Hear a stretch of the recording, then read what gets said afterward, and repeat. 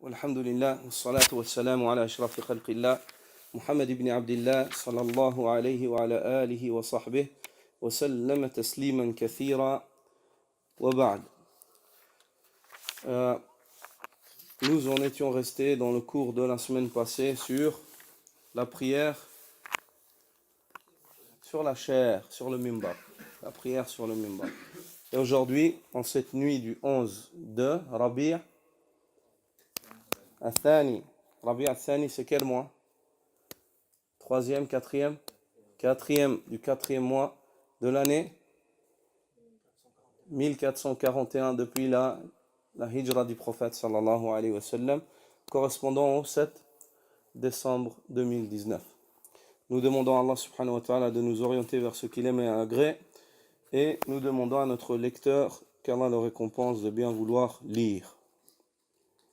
Bismillah, walhamdulillah, wassalatu wassalamu ala rasulillah. Sallallahu alayhi wa sallam. La prière sur la chair. Une fois, L'auteur dit, rahimahullah. rahimahullah, la prière sur la chair. Une fois, il a prié sur la chair dans une version بالعربية ترى الكتاب موجود بالعربية ولا قال المؤلف رحمه الله الصلاة على المنبر وصلى صلى الله عليه وسلم مرة على المنبر وفي رواية أنه ذو ثلاث درجات فقام عليه فكبر وكبر الناس وراءه وهو على المنبر ثم ركع وهو عليه ثم رفع فنزل القهقر حتى سجد في أصل المنبر ثم عاد فصنع فيها كما صنع في الركعة الأولى حتى فرغ من آخر صلاته ثم أقبل على الناس فقال يا أيها الناس إني صنعت هذا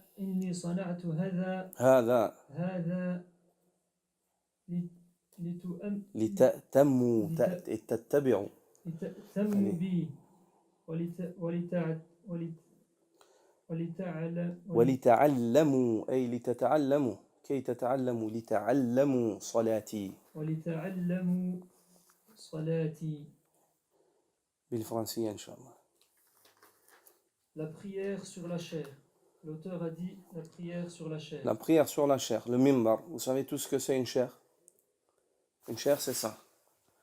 C'est un outil sur lequel monte l'orateur, l'imam, ou une personne qui veut monter pour pouvoir parler aux gens, pour que sa voix soit porte et traverse la salle et qu'il soit visible, que les gens puissent le voir lors de son discours. La chair en islam, la sunna du prophète sallallahu alayhi wa sallam veut que la chair soit de 3 escaliers. 3 marches. 1, 2, 3, pas plus. En non, la sunna, c'est qu'elle soit de 3 marches. Et ce qui est absolument contraire à la sunna, c'est que la chair soit si longue qu'elle prend un saf. Elle empiète sur un saf, un rang des musulmans. Il faut que le rang de certains musulmans, tellement certaines chairs sont longues des fois, qu'elles rompent les rangs. Et il est interdit de rompre les rangs. Et il ne fait pas partie de la sunna du prophète sallallahu alayhi wa sallam de faire cela, du fait que des chairs soient très hautes et très longues comme ça. Cheikh al-Albani, lui, voyait que en cela il y a un grand mal. Il mentionne plein de points, parmi le fait que les safs soient rompus, parmi le gaspillage dans le matériel que tu mets, l'exagération, aussi la fatigue de l'imam, le fait de le faire monter jusque tout en haut, hein, c'est le fait de lui faire perdre du temps, et ainsi de suite. Donc le fait qu'elle soit basse aussi, c'est qu'il y ait une proximité avec ceux avec qui il parle aussi. Ensuite, ça c'est la chair, el-mimbar. El-mihrab, est-ce que vous savez ce que c'est le mihrab? C'est ça, c'est cette forme. Est-ce qu'il y avait des mihrabs à l'époque du prophète sallallahu alayhi wa sallam? Mahmoud, t'as dit oui? Alhamdulillah. Qu'Allah te garde. Il n'y avait pas de mihrab à l'époque du prophète sallallahu alayhi wa sallam. Le mihrab est une tradition qui existait chez les juifs et les chrétiens auparavant. Elle a été mentionnée dans le Coran. Et le mihrab, c'était comme un podium arrondi, un peu éloigné au centre. Huwa sadr al-majlis, aslan. C'est un lieu dans lequel, quand tu rentres, la personne elle est mise en évidence. Les rois anciennement avec des maharib, comme c'est venu dans Suleiman et Daoud, et comme c'est venu dans certains récits dans le Coran, Allah Azza wa Jalla mentionne cela. Et ce qui est voulu, c'est que c'est comme un podium qui rentre, qui est rentrant, qui est au sein de la pièce, et il est mis à l'écart comme ça, élevé, et comme ça quand on rentre, on voit ces personnes-là un peu plus haut. Le prophète sallallahu alayhi wa sallam n'avait pas de mihrab. À l'époque du prophète sallallahu alayhi wa sallam, il n'y avait pas de mihrab. Ceci aussi, Cheikh Nasr rahimahullah contredisait. Il voyait que c'est pas juste, il ne faut pas de mihrab. Tandis que d'autres parmi les savants contemporains l'ont lui contredit sur cela. Le cheikh il a allé jusqu'à dire que il a dit c'est une bid'a. C'est vrai que c'est une bid'a, mais Cheikh Ibn Uthaymin dit c'est quelque chose de matériel. C'est pas cultuel. C'est pas cultuel. C'est comme le microphone au jour d'aujourd'hui. C'est pas le fait d'inventer une ibada, c'est le fait d'inventer une chose matérielle. Et elle a son utilité. Quelle est l'utilité du mihrab? Indiquer la direction de la qibla. Quand quelqu'un rentre dans une mosquée, il voit que le mihrab il est dans cette direction arrondie comme ça, il sait que la qibla elle est là. Aussi, quand les mosquées sont construites de pierre, on voit à l'extérieur un arrondi dans les pays musulmans. Je ne sais pas si vous avez vu, direction de la qibla, là où l'imam prie, vers le mur, il y a un arrondi sortant. Ça, c'est le mihrab. Souvent, ils font ça dans beaucoup de pays musulmans. Ils construisent le mihrab, il sort de la pièce, et de l'extérieur, on voit comme un arrondi comme ça. Et de là, on sait même depuis l'extérieur où est la qibla, par où l'entrée de la mosquée sera à l'opposé logiquement du mihrab, et ainsi de suite. Donc, il y a des utilités. فيها منافع وفيها أمور يعني même si le Cheikh Al-Albani rahimahullah, il a fait un ijtihad sur cela, et il se peut qu'il ait eu raison et qu'Allah le récompense quoi qu'il en soit.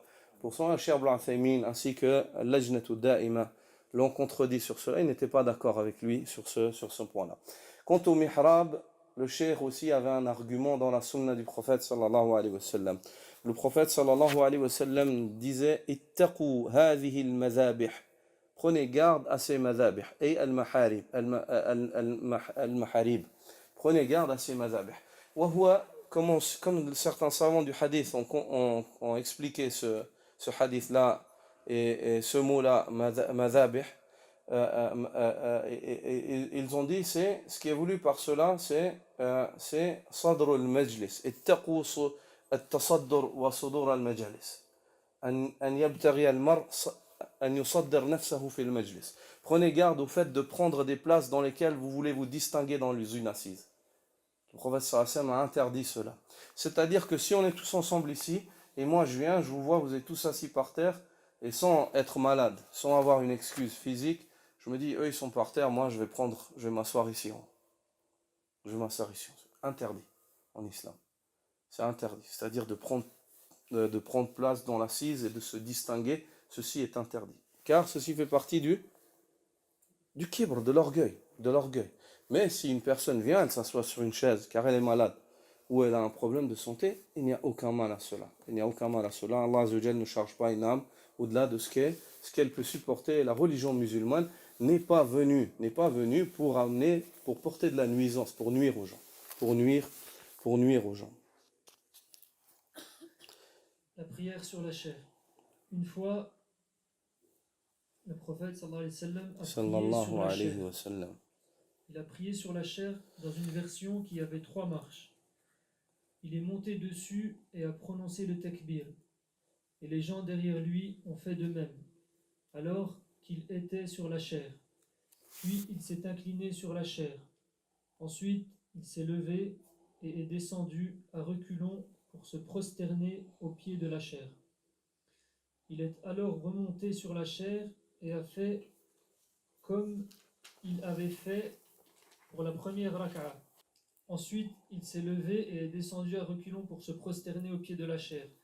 Il est alors remonté sur la chair et a fait comme il avait fait pour la première raka'a, jusqu'à ce qu'il ait achevé sa prière.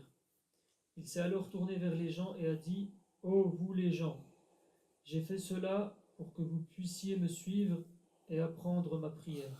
Ici, il est fait mention de la prière sur la chair. Le hadith est clair et il décrit cette situation où le prophète sallallahu alayhi wa sallam est monté sur la chair pour prier. Il a effectué la prière, les gens l'ont suivi dans la salat. Dans la salat obligatoire. Il les a guidés depuis la chair. Il montait sur la chair, il faisait le ruku sur la chair, puis ensuite il descendait en rétrogradant, en reculant, c'est-à-dire en reculant et en descendant, tac tac, jusqu'à ce qu'il arrivait au pied du mimbar, et il faisait le sujoud, et ainsi de suite, et les gens l'ont suivi dans la salat comme ça. Et à la fin, il a mentionné la raison qui l'a poussé à faire cela, c'est afin que les gens puissent le suivre en apprenant, tout en apprenant la prière. Car le suivre, ils peuvent le suivre s'ils savent prier sans qu'ils montent sur la chair.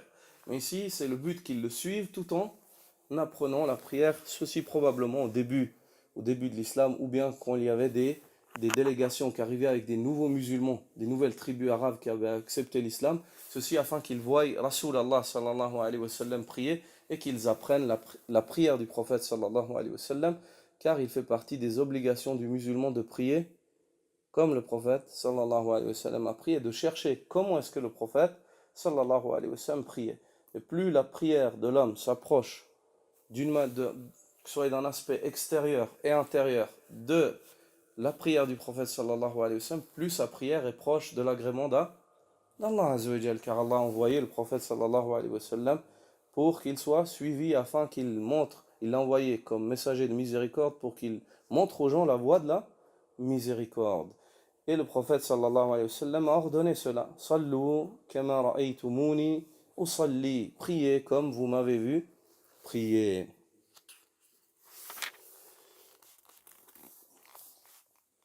السترة ووجوبها. وكان صلى الله عليه وسلم يقف قريبا من السترة، فكان بينه وبين الجدار 3 أذرع، وبين موضع سجوده والجدار 3 أذرع.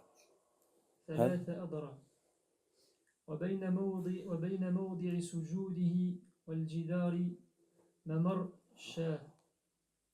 وكان يقول: لا تصلي إلا إلى سترة، ولا تدع أحدا يمر بين يديك، فإن أبى فلتقاتله، فإن معه القرين. ويقول: إذا صلى أحدكم إلى سترة. نعم، إن شئت يعني قف، يعني نأخذ حديث. اقرأ بالفرنسية إن شاء الله. L'obligation de la sutra. Il se mettait debout. L'obligation de la sutra. La sutra est une couverture. هو شيء يسترك. يستر موضع سجودك. C'est une chose qui couvre ton lieu de prosternation. Et la sutra dans la religion musulmane, la moindre des choses qu'on puisse dire, c'est qu'elle est recommandée. Et certains savants du hadith voient qu'elle est obligatoire. Et vous allez voir que ce qui les a poussés à voir que cela est obligatoire et l'importance de celle-là. Il se mettait debout à proximité de la sutra. Et il y avait entre lui et le mur une distance de 3 coudées. 3 coudées équivalent à 1,50 m, 1,20 m, 1,30 m, 50. Le prophète sallallahu alayhi wa sallam, lorsqu'il priait, il se mettait et il s'approchait d'un mur ou d'un pilier ou du dos d'une personne et il mettait quelque chose toujours devant lui. Il ne priait jamais comme ça dans le vide. C'est des erreurs qu'on voit. Dans la plupart des mosquées, on voit les gens prier là-bas, sans chercher une sutra. C'est contraire à la sunna du prophète sallallahu alayhi wa sallam. Quant à la sutra, son utilité est diverse. Parmi la première des utilités, c'est le fait de préserver ta prière et ta concentration. Le fait que tu aies une chose devant toi, ça te permet, le fait que tu aies un vide devant toi, il se peut que ton esprit divague aussi. Tandis que lorsque tac, tu t'es mis face à un pilier ou quelque chose et tac, tu t'es mis dans la prière, Allahu Akbar, et tu regardes ton lieu de prosternation, ceci est plus propice à la concentration, à aider l'homme à se montrer concentré dans la prière, à garder son esprit dans la salat, dans la salat. Parmi les utilités de la sutra aussi, il y a le fait d'éviter aux musulmans de pécher, d'éviter aux musulmans de te passer devant. Parmi les utilités de la sutra, il y a aussi le fait de régulariser la manière de remplir les mosquées. C'est-à-dire que si les gens rentrent pour le Jumu'ah par exemple, et que chacun avance pour prendre une sutra, bah, le premier aura le mur, ensuite les autres ils auront le dos de leurs frères. Ça va faire que les rangs ils vont se resserrer avant avancer. Les imams n'auront plus besoin de dire chaque vendredi avancez mes frères, avancez mes frères. Ils doivent couper la khutbah, chaque imam. Dans la plupart des mosquées, on pousse nos imams à sortir du thème de la khutbah pour nous rappeler d'avancer chaque vendredi. Donc ça montre, c'est le fait qu'on voit que la sunna elle est venue structurer les musulmans, organiser les musulmans. Si les musulmans suivent la sunna du prophète sallallahu alayhi wa sallam, il y aura des utilités en fait spirituelles, il y aura des utilités physiques, il y aura des utilités au niveau communautaire, organisationnel, sur toutes les sphères. Sur toutes les sphères. Ça c'est parmi les manafir, les utilités qu'on peut mentionner de la sutra. Et le prophète sallallahu alayhi wa sallam prenait toujours une sutra, et il s'approchait de cette sutra à une distance de 3 coudées. 3 coudées. Puis il y avait son lieu de prosternation, et entre lui et son lieu de prosternation, il y avait toujours un petit espace. Il y avait toujours un petit espace. Donc une erreur aussi que font certains frères qui prennent des sutras, c'est que quand ils se prosternent, leur front, leur tête, elle est collée au mur. Il faut qu'il y ait un petit espace. Il faut qu'il y ait un petit espace. Ceci fait partie de la voie du prophète sallallahu alayhi wa sallam. Il se mettait debout à proximité de la sutra et il y avait entre lui et le mur une distance de 3 coudées. Entre le lieu de sa prosternation et le mur, il y avait assez d'espace pour que puisse passer un mouton. Il disait, ne prie qu'en direction d'une sutra et ne laisse personne passer devant toi, et si la personne refuse, empêche-le de passer, car il a un compagnon, c'est-à-dire un diable, avec lui. فَلْتُقَاتِلْهُ c'est ce qui est venu en arabe. Et فَلْتُقَاتِلْهُ, on pourrait comprendre cela, combat-le, combat-le. C'est-à-dire empêche-le, ce qui est voulu par cela, ce terme-là, c'est le fait de l'empêcher. De l'empêcher avec insistance. Même s'il insiste, de ne pas le laisser. Et de l'empêcher d'une manière décisive. C'est-à-dire tu mets la main. C'est pas pour le blesser, sans lui nuire, mais pour l'empêcher. Ce qui est voulu avec cela, c'est insiste pour ne pas le laisser passer. Pour ne pas le laisser passer. Non. ويقول إذا صلى أحدكم إلى سترة فليدنو منها qu'il s'approche. لا يقطع الشيطان عليه صلاته. لا يقطع الشيطان.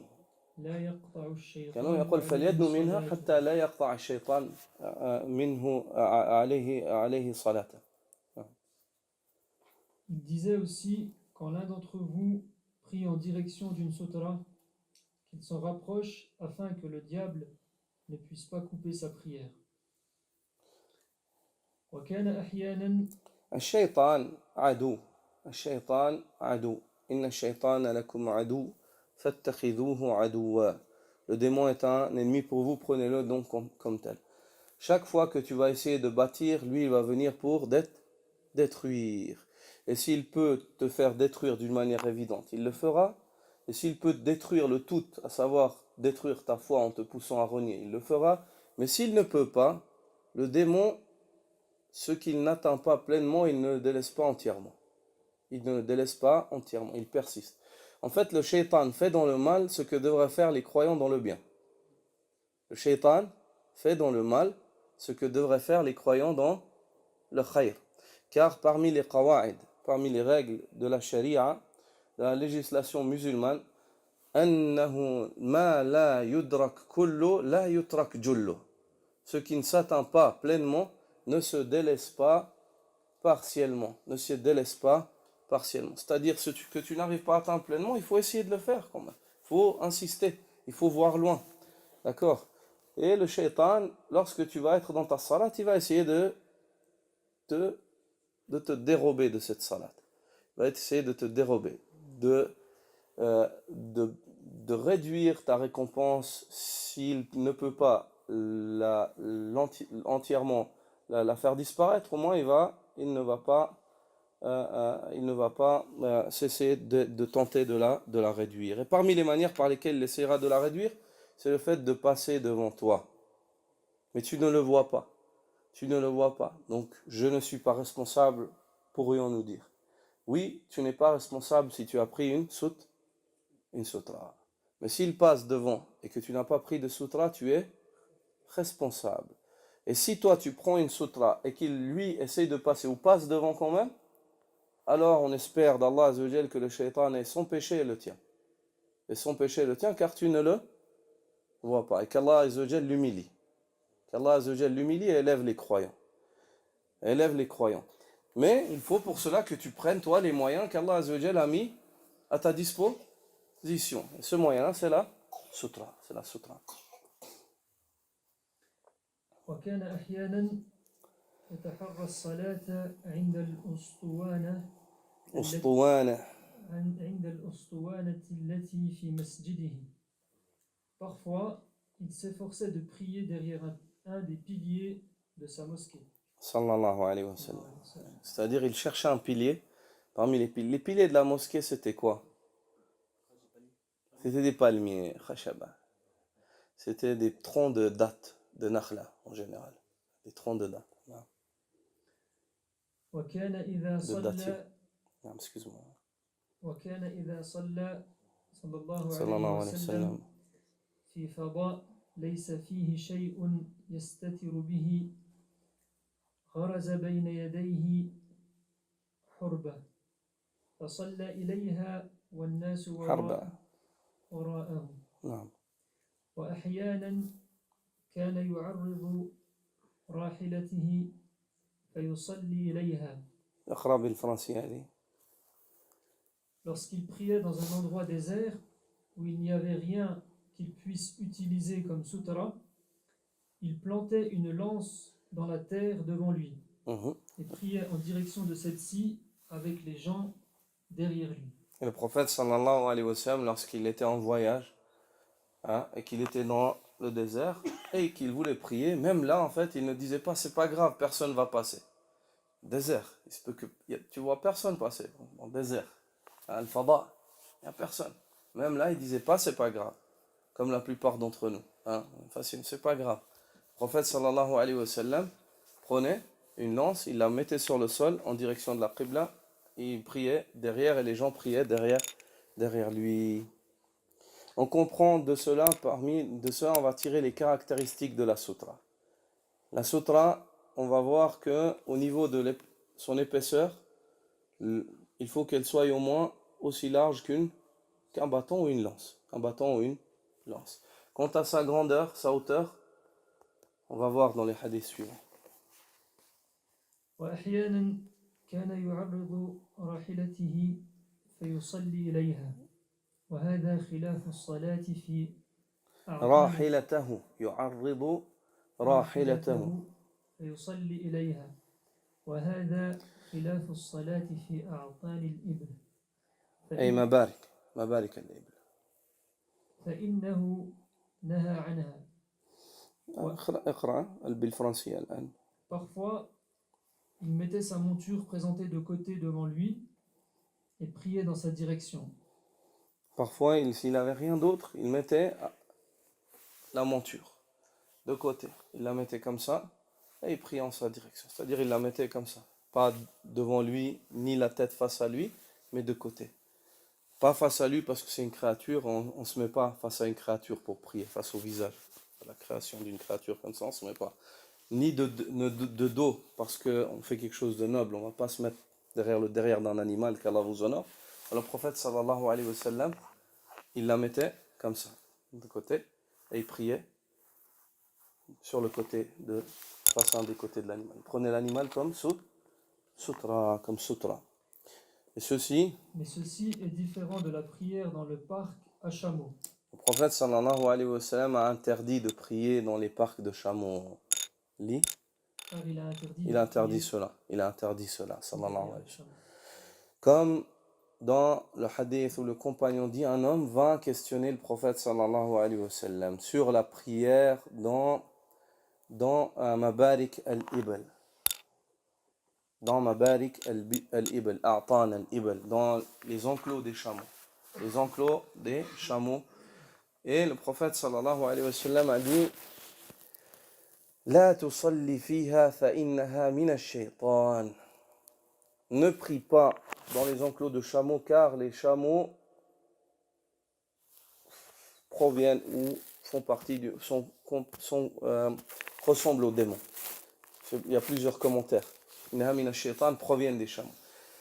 Le chameau, il est dit dans le hadith où les savants du hadith commentent cela, disent il a le caractère du shaytan. Pourquoi est-ce que le chameau a le caractère? Le chameau est haqoud. Celui qui a déjà gardé les chameaux, il sait qu'un chameau, il n'oublie jamais. Aujourd'hui, tu lui fais ça, il va te le rendre. Ça, c'est un khuluq shaytani. C'est un khuluq shaytani. Ça ne ressemble pas au malaïka. D'accord? Ensuite, le chameau est très violent. Un chameau, il peut être très violent, il peut te tuer. C'est pour ça que le prophète sallallahu alayhi wa sallam a interdit aux bergers, aux gardiens de chameaux de prier dans les enclos des chameaux. Ensuite, il dit, et l'homme l'a questionné sur la prière, fi marabid al-ghanam, dans les enclos des moutons, et il a dit, salli fiha fa innaha mubaraka. Il a dit, prie-y, car ces lieux-là sont bénis. Et dans d'autres récits, le prophète sallallahu alayhi wa sallam fait mention et dit que dans les enclos des chameaux, les djinns résident beaucoup. Les djinns résident beaucoup. Tandis que dans les enclos des moutons, les malaïkas y résident. Les malaïkas y résident. Et le prophète sallallahu alayhi wa sallam a vanté les gardiens de moutons. Et il a mentionné, je ne dirais pas en mal, mais il a mentionné en fait d'une manière péjorative les gardiens de chameaux. Et les gardiens de moutons sont connus pour être doux et patients. Et les gardiens de chameaux sont connus pour être de rudes bédouins. Non, de rudes bédouins. C'est rien. Des gens qui sont durs. Ibn al-Qayyim, rahimahullah, lorsqu'il mentionne cela, il mentionne ce hadith-là, et il fait une parenthèse. Il dit, l'être humain en général s'imprègne du caractère de la bête qu'il côtoie constamment. L'être humain en général s'imprègne du caractère de la bête qu'il côtoie constamment. Ici, les gardiens de chameaux, à force de garder les chameaux, des chameaux qui sont durs, eux aussi, durs, hein? Il faut les tirer avec force aussi, il faut faire attention, c'est difficile. Les gardiens de moutons, les moutons sont simples, tu le prends, il vient, il est doux, il n'y a pas de problème. Eux aussi, ils sont durs. Et les prophètes, c'était des gardiens de moutons. Il n'y a pas un prophète si ce n'est qu'il a gardé des moutons. Et toi aussi, ils lui ont dit au messager d'Allah, il dit, et moi aussi, je gardais les troupeaux de Quraysh. Il dit, sallallahu alayhi wa sallam. Donc, ici, Ibn al-Qayyim a eu raison. Voyez-vous pas certaines personnes qui ont des chiens dangereux, des chiens méchants, des pitbulls, hein, et qui se promènent, il a toujours son pit avec lui. Hein. Du matin jusqu'au soir, il promène le pit, il garde le pit. Subhanallah, il a presque une tête de pit. Hein. Tu regardes avec le temps, la personne, hein, il est prêt à mordre facilement. D'accord? Il faut faire attention. L'être humain s'imprègne facilement du caractère des animaux qu'il garde. Akramakumullah. Naam. Est-ce que c'est clair? On continue, Inch'Allah. Barakallahu fikum.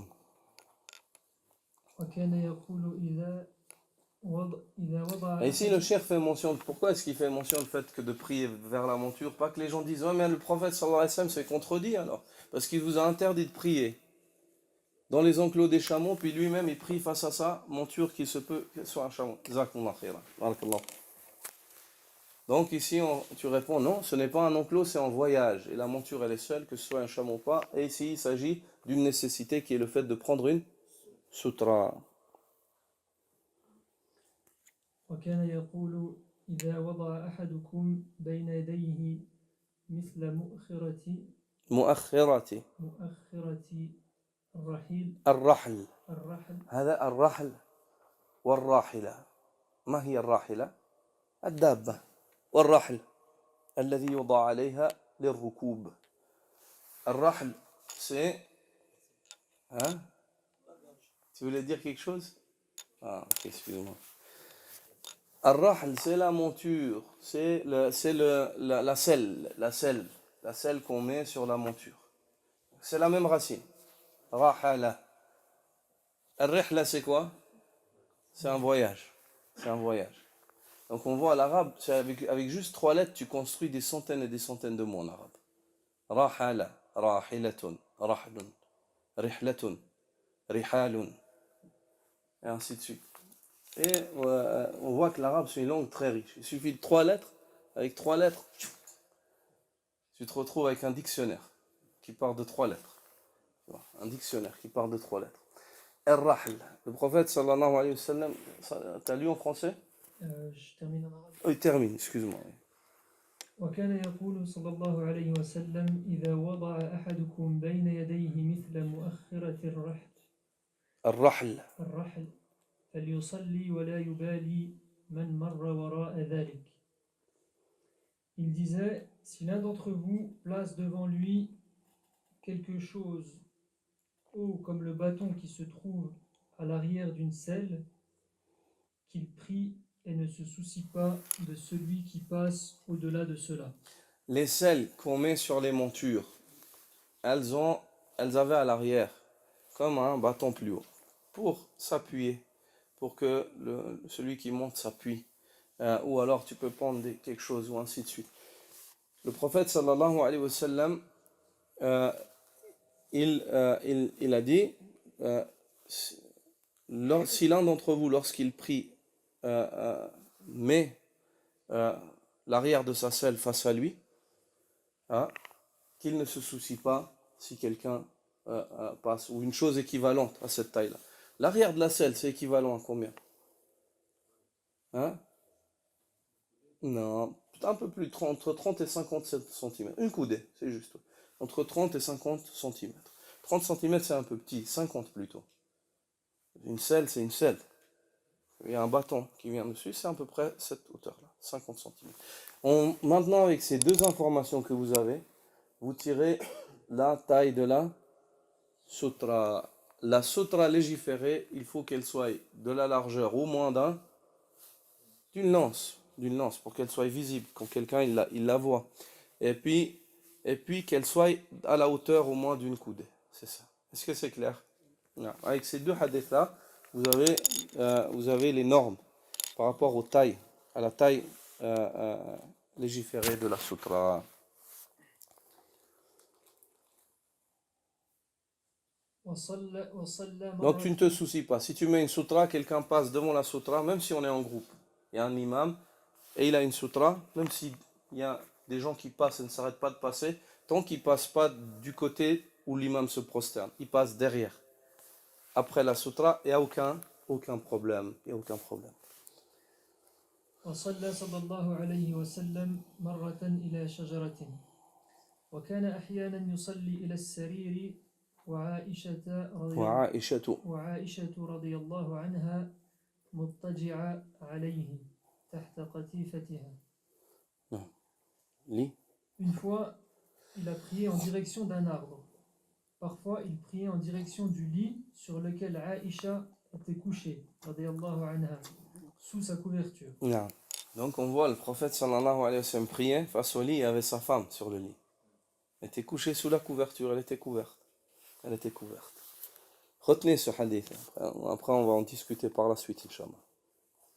وكان صلى الله عليه وسلم لا يدع شيئا يمر بينه وبين السترة فقد كان يصلي إذا جاءت شاة تسعى بين يديه فساعاها حتى ألزق بطنه بالحائط الجدار ومرت من ورائه صلى الله عليه وسلم. Il ne laissait rien passer entre lui et sa sutra au point où, une fois, il priait quand une brebis est venue courant vers lui. Il l'a devancée et est venu coller son ventre contre le mur et la brebis est passée derrière lui. Sallallahu alayhi wa sallam. Le prophète sallallahu alayhi wa sallam priait face à un mur. Puis tout d'un coup, il y a une brebis qui est venue en courant. Et subhanallah, le prophète sallallahu alayhi wa sallam, il a il a fait des pas rapides. Il l'a dépassé, il est venu plus vite qu'elle et il s'est collé au mur pour qu'elle passe pas sur son lieu de prosternation, elle est passée derrière lui. Derrière lui. De ce récit-là, on tire qu'il est permis à l'homme d'avancer vers sa sutra pour faciliter un passage à une personne qui veut passer derrière. De ce récit-là, on tire que les enfants, certaines personnes qui disent c'est pas grave, l'enfant il peut passer devant. C'est faux. Et parce que si tu lui demandes pourquoi l'enfant il peut passer devant,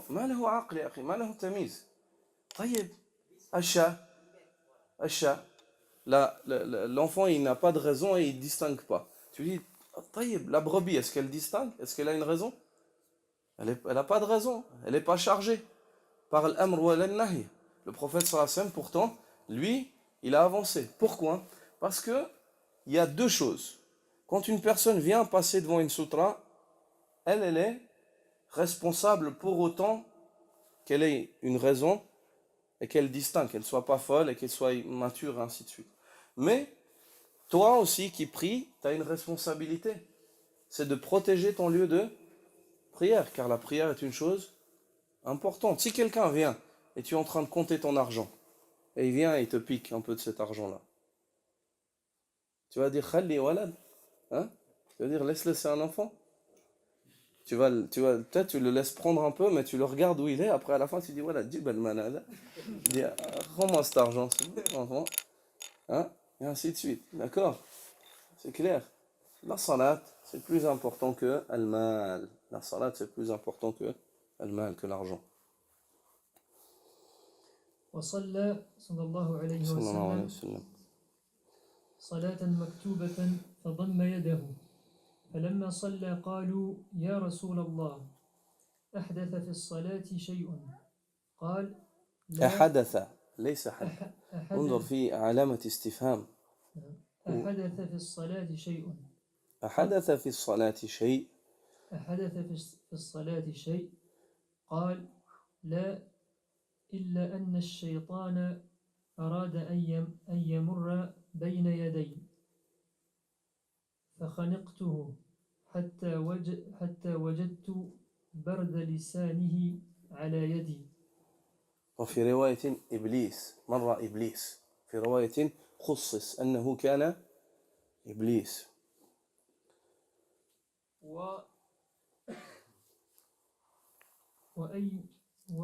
وأيم الله وقسم والله وأيم الله لولا ما سبقني إليه أخي سليمان لارتبط إلى سارية من سواري المسجد حتى يطيف به ولدان ولدان أهل المدينة فمن استطاع أن لا يحول بينه وبين القبلة أحد فليفعل.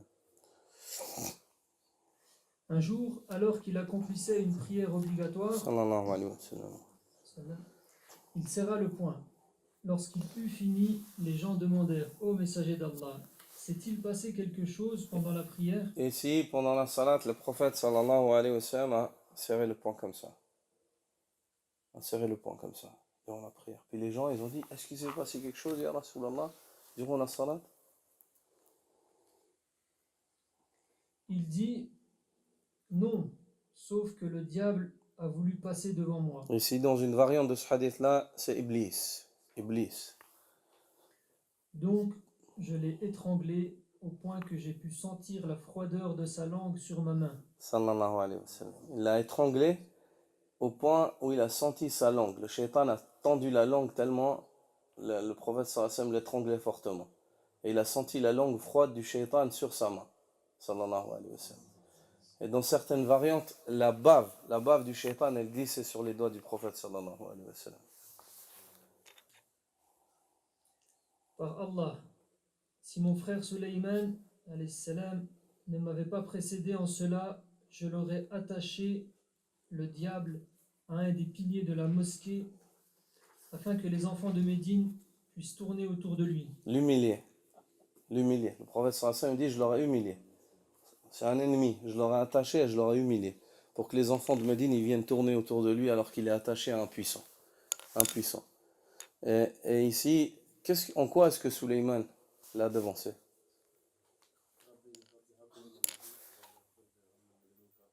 Mulkan, la yanbaghi li ahadin. Oh mon Seigneur, accorde-moi une domination, une royauté que tu n'accorderas à personne après moi. Sulayman a invoqué par cette invocation. Et Allah Azza wa Jalla a accepté son invocation. Après Sulayman, personne n'aura eu une domination comparable. Et Allah Azza wa Jalla a assujetti les djinns à Sulayman. Est-ce que c'est clair? Non. Ainsi, quiconque peut empêcher que quelque chose ne s'interpose entre lui et la Qibla, qu'il le fasse. Non. Quiconque peut empêcher que quelque chose s'interpose entre lui et la Qibla, qu'il le fasse. C'est un ordre. Un ordre.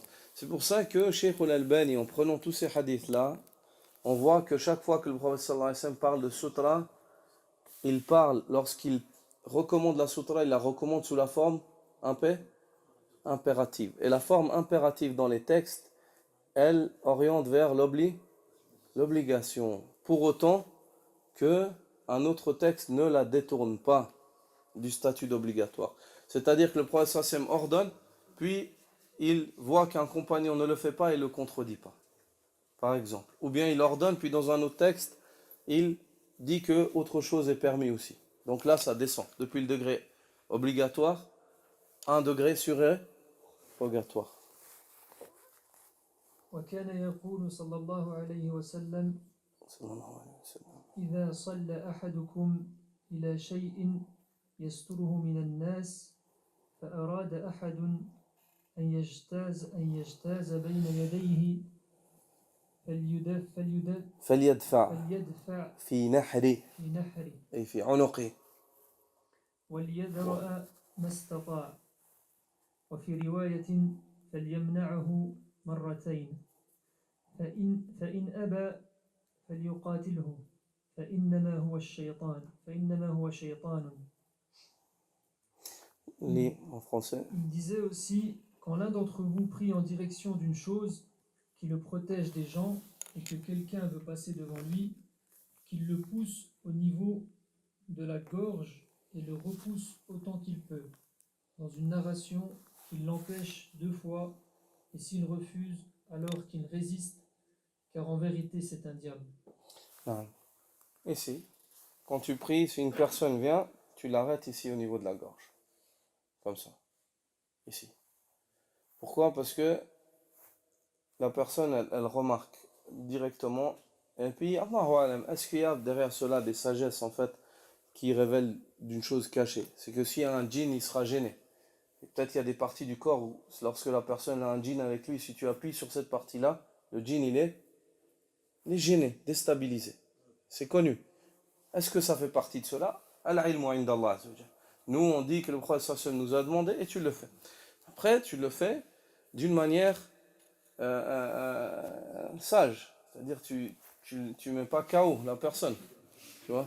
Tu le fais d'une manière sage. Tu lui mets la main pour lui faire comprendre qu'il arrête, qu'il se retienne. Et tu fais cela tant que cela t'est possible. Si vraiment tu vois pas, il y a l'autre solution. Quelle est cette solution? C'est que tu avances et tu le laisses passer, il s'en va. Moi, ça m'est arrivé à Mecca, de retenir une personne comme ça 1 ou 2 fois, et en plus j'avançais en même temps. Je lui ai fait un passage et il voulait pas. Subhanallah. Et puis je tenais la main comme ça, et il m'a mis un coup de pied dans la main. Il m'a mis un coup de pied, fi masjid al-haram, ghafarallahu li wa lahu. Qu'Allah me pardonne ainsi qu'à lui. Il m'a mis un coup de pied dans la main. C'est une personne en plus assez âgée. J'avais la main comme ça, je lui mettais comme ça, il m'a mis un coup de pied dans la main. Après j'étais dans le recours, il essayait aussi de passer, il m'a mis un coup de pied dans la main. Subhanallah. Et il est passé. Khayr, Inch'Allah. Ala kulli hal, tu vas pas frapper la personne. C'est pas ça qui est à comprendre. Fi jahl, naam. Wa dhakara Cheikh al-Albani, il mentionne qu'il y a un grand problème, c'est le fait que les imams, ils enseignent pas cela aux gens. Ils enseignent pas. Sunna, il n'y a pas de problème. Khilaf, il y a pas. Enseigne aux gens la sunna, enseigne l'importance de suivre le prophète sallallahu alayhi wa sallam, puis enseigne-leur ce que. Comme ça, on s'éduque tous. Et puis nos mosquées, en fait, c'est des mosquées dans lesquelles il y a un règlement qui est le règlement de la révélation. Pas le règlement de je pense, ou je crois, ou j'ai envie, ou ça me fait plaisir, ou je vois que c'est mieux. Non. La révélation. Allah Azza wa Jalla, le prophète sallallahu alayhi wa sallam, dit, et c'est simple. On fait tous comme ça et c'est simple. Alhamdulillah, Allah Azza wa Jalla nous a donné le manuel. Nous a donné le manuel. La marche à suivre, elle est là. On peut être fier. Il dit Al-yawma akmaltu lakum dinakum wa atmamtu alaykum ni'mati wa raditu lakum al-islam dina. En ce jour, je parachève pour vous votre religion, j'accomplis sur vous mon bienfait, j'agrée l'islam comme religion pour vous. Cet islam, il est complet. Pas besoin de rajouter et ni il n'est sujet à la diminution ou au changement. Il est là et applicable en tout temps et toute heure et en tout lieu. C'est la religion d'Allah. Il l'a choisi pour les habitants de la terre jusqu'à ce que vienne l'heure. Jusqu'à ce que vienne l'heure. وكان يقول صلى الله عليه وسلم لو يعلم المار بين يدي المصلي ماذا عليه لكان أن يقف 40 خيرا له من أن يمر بين يديه. Il disait aussi, si celui qui passe devant le prieur savait ce qu'il encourt, il préférerait attendre 40 plutôt que de passer. Abu al-Nadr a dit, je ne me souviens pas exactement s'il a dit 40 jours, mois ou années. Le rapporteur ne se souvient plus ici. Le prophète sallallahu alayhi wa sallam ici attire l'attention sur le danger de cela. Si celui qui passe délibérément devant une personne qui prie, devant sur son lieu de prosternation, c'est-à-dire, s'il savait le mal qu'il y a en cela, il aurait préféré attendre 40 années, mois ou journées. Le rapporteur ne se rappelle plus. Le rapporteur ne se rappelle plus. Quoi qu'il en soit, ça veut dire que c'est une chose qui est lourde. Et les savants divergent. Quelle est la distance à laquelle il a interdit de passer? Au moins 3 coudées. 3 coudées. En dessous de 3, c'est-à-dire 2 coudées ou une coudée, tu passes jamais. Mais 3 coudées, à partir de 3 coudées, c'est là que les savants discutent. Plus loin que 3 coudées. 4 coudées, 5 coudées, ainsi de suite. D'accord? 1,5 mètre. L'essentiel ou la chose qui est à dire, c'est qu'il ne faut surtout pas passer vers son lieu de Comment tu piétines le lieu où se prosterne le musulman? Comment tu mets le pied comme ça? Tu arrives à mettre facilement le pied sur le lieu où va mettre son visage, le musulman, pour s'approcher de son Seigneur. Tabaraka wa ta'ala. Même si tu raisonnes, c'est une chose où tu n'arrives pas, ton pied il n'arrive pas à marcher là-dessus. Ton pied il n'arrive pas à marcher là-dessus comme ça librement.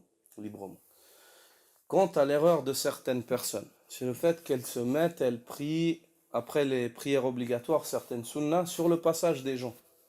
Cette personne-là aussi doit faire attention.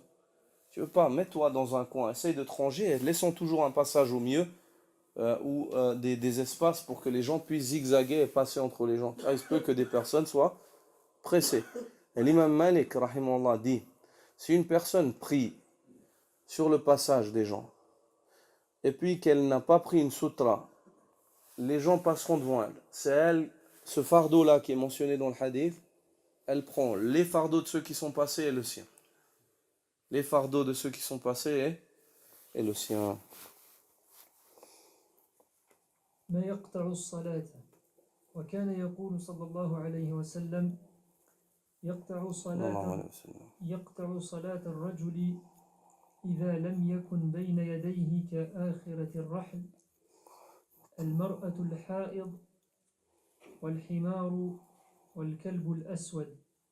قال أبو ذر قلت يا رسول الله ما بال الأسود من الأحمر فقال الكلب الأسود شيطان.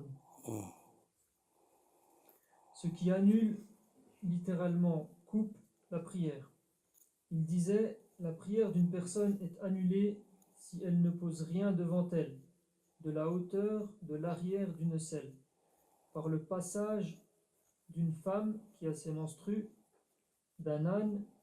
Une femme qui a ses menstrues ici, ce qui est voulu, les savants divergent. Est-ce que c'est la femme quand elle est en période de menstrues, ou est-ce que c'est voulu par cela une femme qui a ses menstrues, une femme qui a atteint en fait la puberté? Et ça, c'est ce qui est le plus juste. C'est que c'est une femme. Une femme. Qu'elle ait ses menstrues ou pas, ça ne change rien. Si elle a ses menstrues, c'est-à-dire au moment où ses menstrues arrivent, c'est que c'est une femme qui est formée physiquement. C'est une femme qui peut être en fait une épreuve en fait, pour un homme. Pour un homme. Voilà.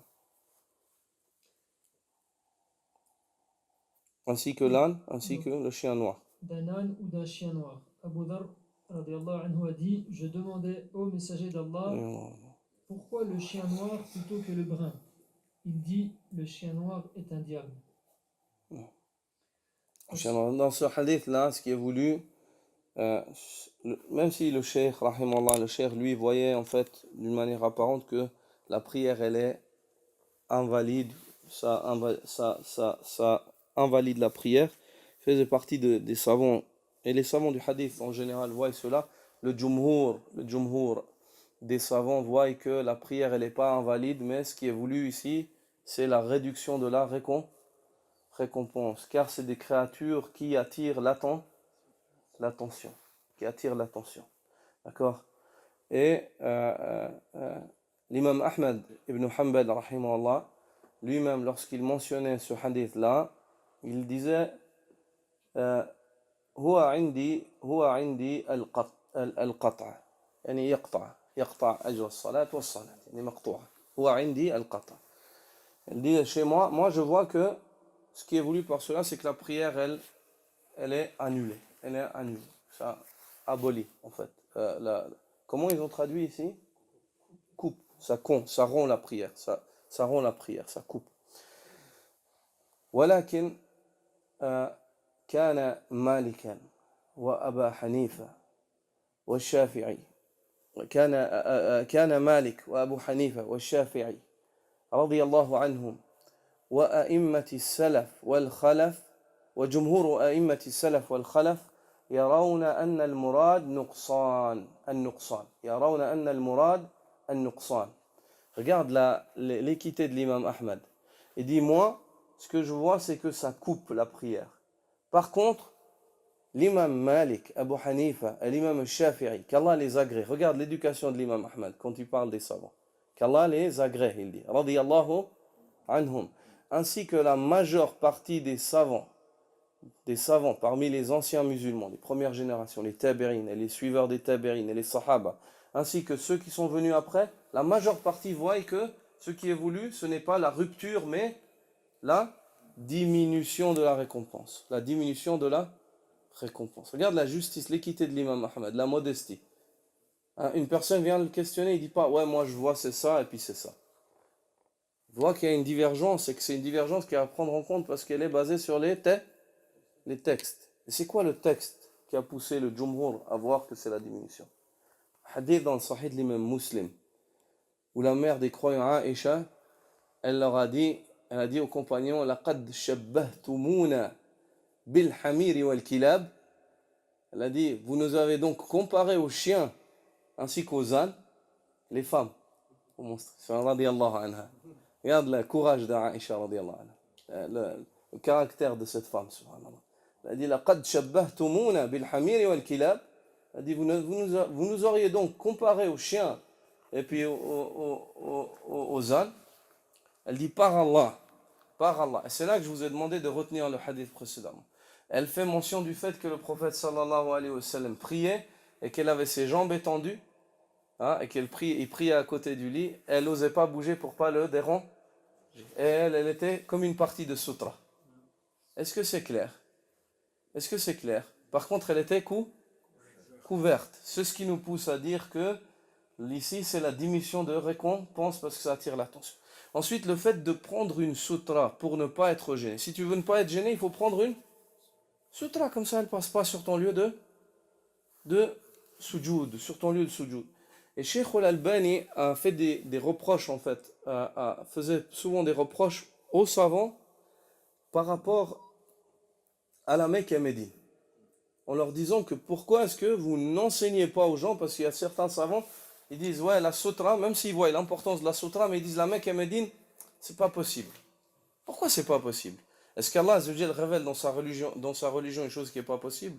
Est-ce qu'Allah ne savait pas que la Mecque et Médine allaient se développer comme elles se sont développées maintenant? Khaliq as-sama'i wal ard, celui qui a créé le qalam, et il lui a dit Oktub, il lui a dit écrit. والذي شرع لنبيه صلى الله عليه وسلم أمر السطرة. C'est lui qui a légiféré à son prophète sallallahu alayhi wa sallam la sutra. Ensuite, le fait de prendre des sutras et d'enseigner ça aux gens, qui est l'importance de prendre une sutra, même à la Mecque et à Médine, ce serait encore mieux, parce que si des musulmans viennent d'autres pays et ils voient que les musulmans de la Mecque et Médine ils prennent des sutras, bah, ils retournent dans leur pays, ils leur enseignent, ils disent hey, les frères, à la Mecque et à Médine ils prennent des sutras, pourquoi est-ce que nous ici on ne le fait pas? Tu vois? C'est peut que ce soit une cause pour le fait de faire revivre la sunna du prophète sallallahu alayhi wa sallam. Donc il est primordial. De plus, le fait d'instaurer cela, cette sunna à la Mecque et à Médine, ça pousserait, ça régulerait beaucoup mieux en fait le culte des personnes et ça gênerait beaucoup moins les gens dans leur concentration. Ah. الصلاة اتجاه القبر وكان ينهى عن الصلاة اتجاه القبر فيقول لا تصلوا إلى القبور ولا تجلسوا عليها. La prière en direction d'une tombe. Il interdisait de prier en direction d'une tombe en disant ne priez pas en direction des tombes et ne vous asseyez pas dessus. Il a été rapporté dans le Sunan de l'imam Tirmidhi et dans Abi Daoud, dans un hadith qui a été authentifié par Cheikh al-Albani rahimahullah, qui dit Al-ardu kulluha masjidun illa al-maqbara wal-hammam. Al-ardu kulluha masjid illa al-maqbara wal-hammam. Toute la terre est un lieu de culte et de prosternation, si ce n'est les tombes ainsi que les toilettes, si ce n'est les tombes ainsi que les toilettes. C'est un hadith qui est jugé authentique par une grande partie des savants du hadith et parmi eux l'auteur du livre, rahimahullah. Il n'est pas fait mention de ce hadith-là ici, mais le cheikh l'authentifie, rahimahullah. Donc à la base, il est interdit de prier dans les tombes et il est interdit de se prosterner sur une tombe et en sa direction et de s'asseoir sur une tombe. Le prophète sallallahu alayhi wa sallam dit, si l'homme savait le mal qu'il y a dans le fait de s'asseoir sur une tombe, il aurait préféré s'asseoir sur une braise qui brûle ses habits pour atteindre sa chair et la brûler. Il aurait préféré s'asseoir sur une braise qui brûle ses habits pour ensuite atteindre sa chair et lui la brûler. On ne s'assoit pas sur une tombe, on ne prie pas en direction d'une tombe. Et il est absolument interdit. Pourquoi est-ce que l'islam est venu interdire cela? Hein? Et encore aujourd'hui, malheureusement. Et dans la communauté du professeur Hassan, mais au nom de l'islam, des fois. Injustement. Parce que la législation avec laquelle Allah Azzawajal a envoyé son prophète, sallallahu alayhi wa sallam, c'est la législation du monothéisme pur, khalis. La religion du prophète, sallallahu alayhi wa sallam, avant, en fait, on pouvait se prosterner en signe de salutation, de respect, comme les anges à Adam, comme Youssouf, la sourate de Youssouf. Qui s'est prosterné?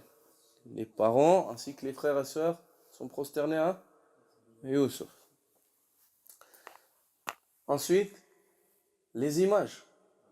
Avant, Sulayman, qu'est-ce qu'ils faisaient les djinns? Ils construisaient des des statues pour lui. Dans la charia de Muhammad sallallahu alayhi wa sallam, tout ça, ça a été interdit. Il est interdit de se prosterner à quelqu'un d'autre qu'Allah Azzawajal. Il est interdit de faire même dans le signe de salutation à l'inhina, le fait de faire comme ça de la tête. Je vous salue. C'est interdit. Interdit. Ça, c'est des erreurs qu'on fait. Merci. Pourquoi tu fais merci? Tu peux pas dire merci, c'est gentil avec un sourire. Et shada. Merci, je vous remercie. C'est une révérence ou c'est quoi? Hein?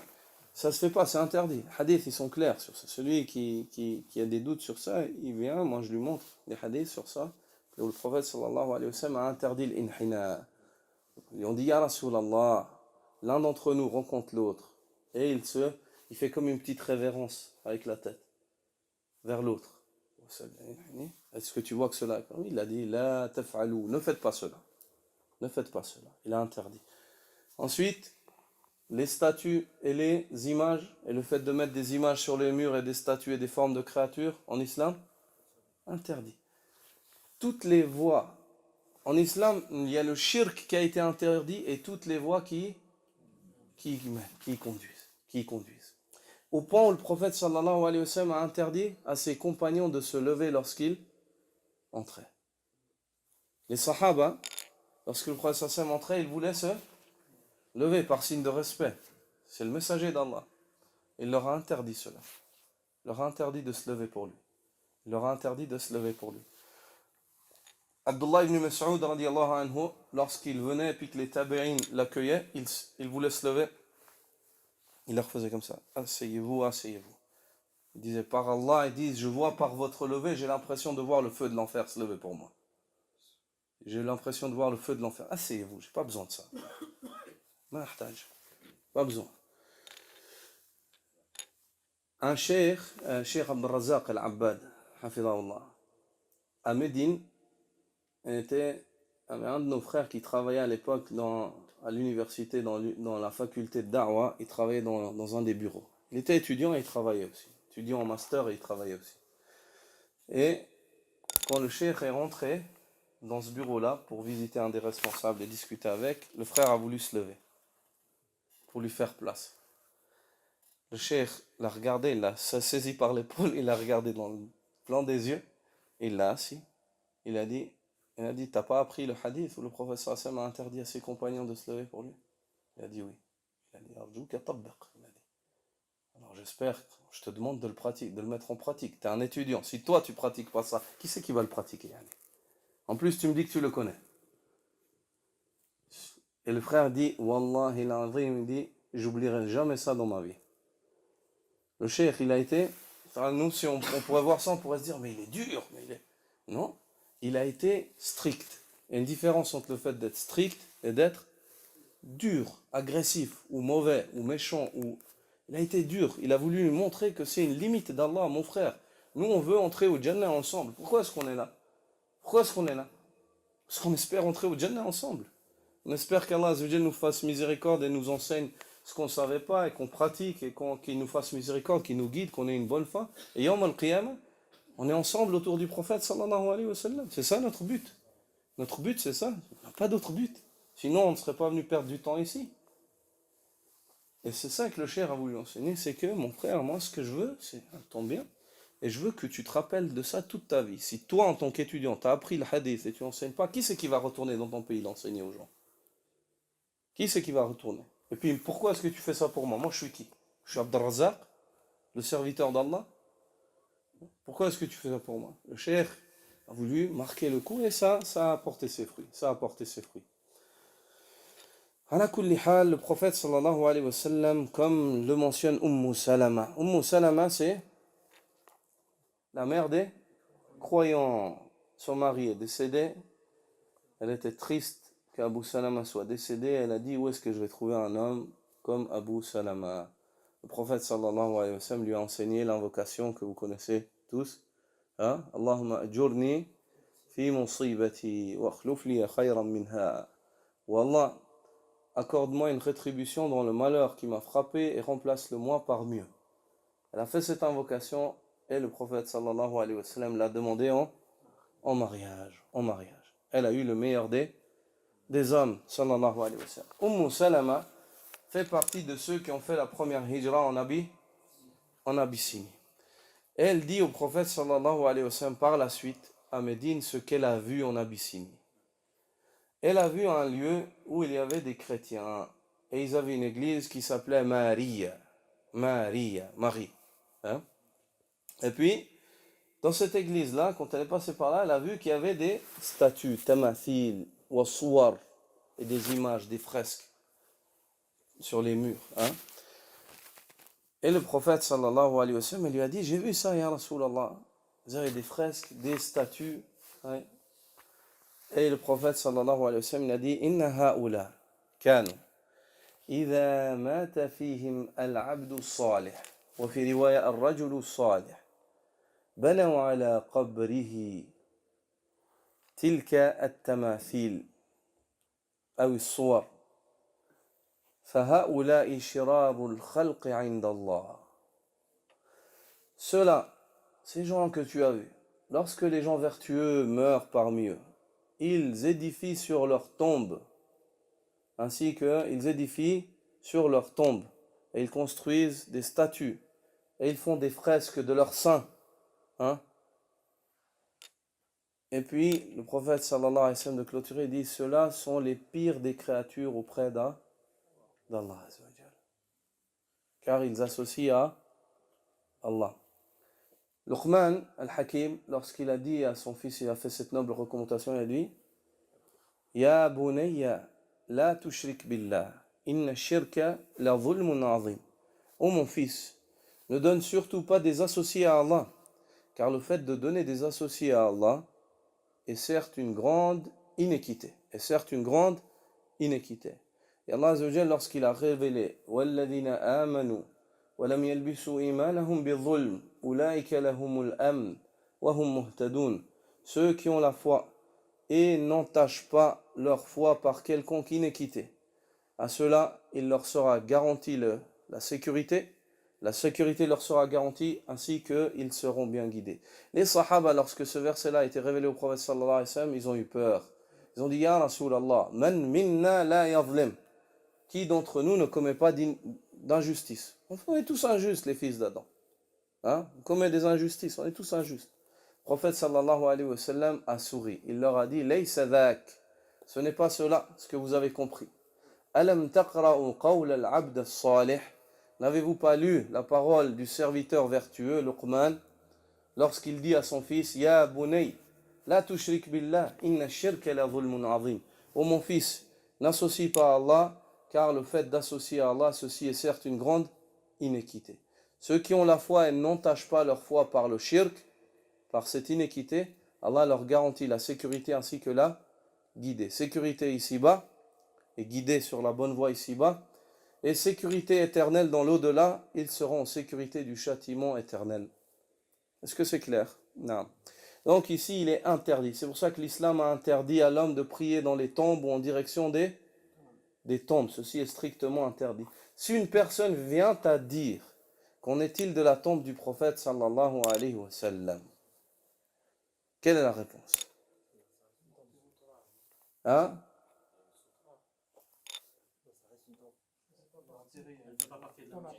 Elle ne fait pas partie de la mosquée. La tombe du prophète sallallahu alayhi wa sallam n'est pas dans la mosquée. Même s'il y a un passage ou une fenêtre où on voit depuis la mosquée, le prophète sallallahu alayhi wa sallam, est-ce qu'il a été enterré dans sa mosquée? Oui, il a été enterré. Dans l'appartement de Ummul Mu'minin Aïcha radiyallahu anha. Et lorsque les Turcs ont élargi la mosquée de ce sens-là, là-bas par la suite, eux, ils ont élargi la mosquée, mais c'est comme si la mosquée, elle est là et il y a un bâtiment. Si tu construisais un hôtel à la place qui monte jusqu'au ciel et que la mosquée, elle l'entoure, cet hôtel-là, il fait partie de la mosquée? Hein? Oui ou non? Non. Bah, c'est pareil. Ici, c'est l'appartement d'Aïcha, c'est pas la mosquée. Est-ce que c'est clair? Est-ce que c'est clair? Non. Non.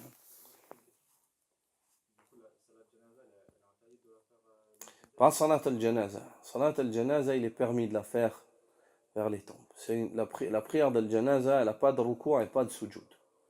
La prière d'al-janaza, c'est que invocation, takbir et taslim. Comme il est permis d'aller vers les tombes et d'invoquer Allah Azza wa Jal pour qu'il fasse miséricorde aux morts. Le prophète sallallahu alayhi wa sallam a été réveillé pendant la nuit par Jibril. Et il l'a emmené où? À Baqi'. Il lui a enseigné ce qu'il faut dire lorsqu'on visite les tombes. Est-ce que c'est clair? Le prophète sallallahu alayhi wa sallam a enseigné à sa communauté. Et il a visité les tombes des compagnons. Il a invoqué. Il a visité les tombes de Baqi'. Il a invoqué en leur faveur. Et ainsi de suite. Donc, il n'y a pas de mal à aller visiter une tombe et à invoquer, faire des invocations. La salat al-janaza, c'est une invocation en faveur du mort. Non.